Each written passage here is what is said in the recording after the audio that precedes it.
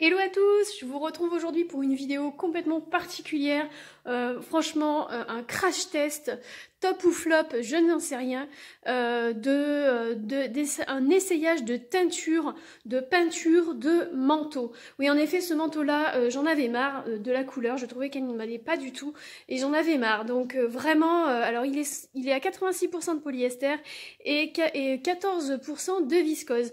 Autant dire que ce sont des fibres synthétiques et de ce fait, nous ne pouvons pas utiliser de teinture classique que nous trouvons en supermarché. Donc j'ai beau regarder des vidéos et des vidéos, je ne savais pas du tout comment faire pour arriver à modifier la couleur de ce manteau.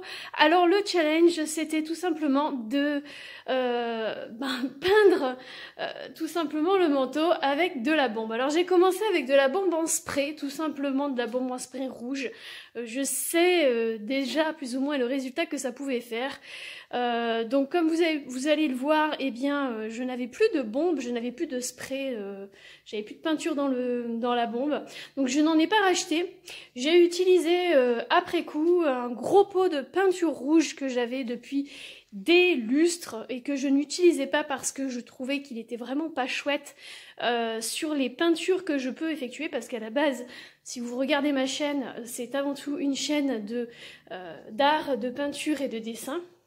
Donc me voici partie avec le pinceau tout simplement à badigeonner mon manteau du début à la fin. Je vous cache pas que ça a été une très longue étape où j'ai dû passer environ 6 heures à peu près à peindre ce manteau. Donc j'ai utilisé un spray rempli d'eau tout simplement pour humidifier le tissu afin que ça ne s'imbibe pas de trop vite, et encore ça s'imbibait énormément. Vous voyez le gros pot de peinture que j'ai, eh bien je l'ai utilisé en totalité.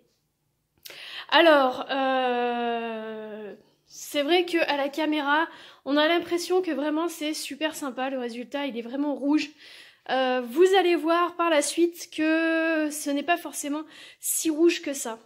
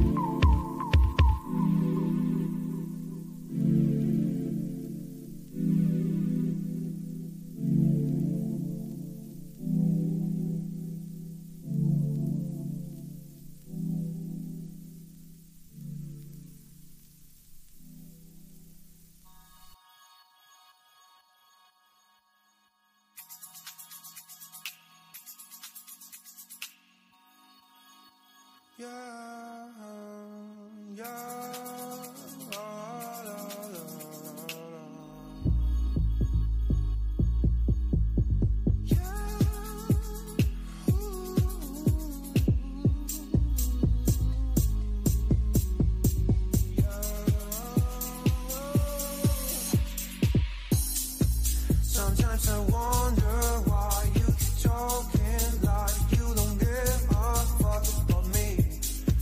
You've got a piece of me, and honestly, my life wouldn't be the same without you. And babe, we're not just friends, are we more than friends? We just have a man, don't you? You think I'm stone cold, tripping, man, I'm sick of being teased. I just want to load, yeah. Don't lie to me, no, no, don't lie to me, don't lie to me, don't lie to me, no, no, don't lie to me, no, no, don't lie to me, no.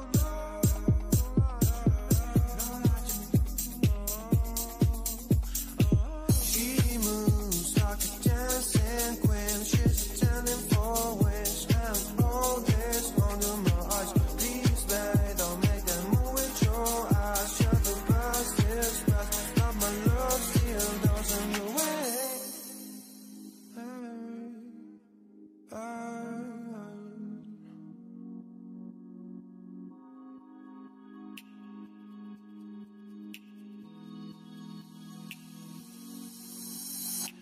Don't lie to me about your chance, about falling in love. What makes you happy, what makes you drown, about what you want and what makes you bad. And give me a chance to make things right, but just be honest for once in a while. It was a part of a silly joke, well, isn't fun, it can stand no more. Don't lie to me, don't lie to me about your chance, about falling in love. What makes you happy, what makes you drown, about what you want and what makes you bad. And give me a chance to make things right, but just be honest for once in a while. It was a part of a silly joke, well, isn't fun, it can stand no more. Don't lie to me, don't lie to me about your chance, about falling in love. What makes you happy, what makes you drown, about what you want and what makes you bad. And give me a chance to make things right, but just be honest for once in a while. It was a part of a silly joke, well, isn't fun, it can stand no more.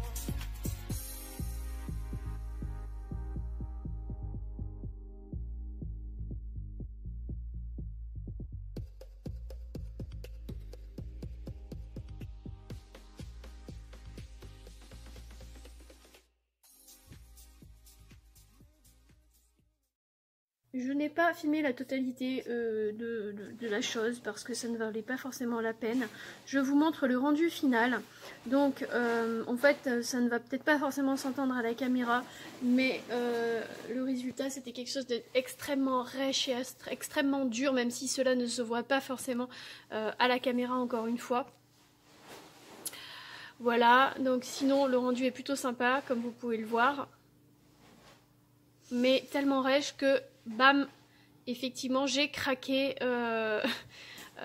parce qu'en fait ça a perdu quasiment une taille et j'étais complètement coincée en fait dans ce manteau. Je trouve ça vraiment dommage. Regardez, alors ça ne s'entendra pas forcément, mais c'est extrêmement rêche comme vous pouvez le voir, c'est très dur comme je vous le montre, c'est extrêmement dur. Donc je vous laisse avec la fin de la vidéo. Hello à tous, alors je vous retrouve pour cette fin de vidéo pour vous parler un petit peu plus de mon ressenti par rapport à ce crash test que j'avais envie de faire sur ce manteau. Donc il faut vraiment savoir que ce manteau là je souhaitais vraiment m'en séparer. Donc voilà, si comment dire, si vous n'êtes pas sûr de vouloir vous séparer d'un manteau par exemple de ce type, moi je vous dirais ne le faites pas parce que vous allez être réellement déçus. Donc moi simplement je suis assez mitigée en fait quant au résultat, puisque du coup la couleur est plutôt sympathique, l'effet en fait un petit peu vieilli ne me dérange pas, un petit peu avec des petites ombres etc, des petits endroits un petit peu plus clairs ne me gênent pas en soi.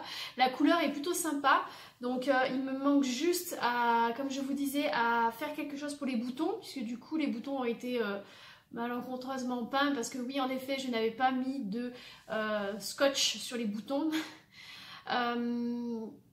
Ça a été quelque chose de très long, de très très pénible parce que ça a duré très longtemps. Je vous cache pas que j'ai dû rester au moins 5-6 heures facile, je pense, à peindre ce manteau.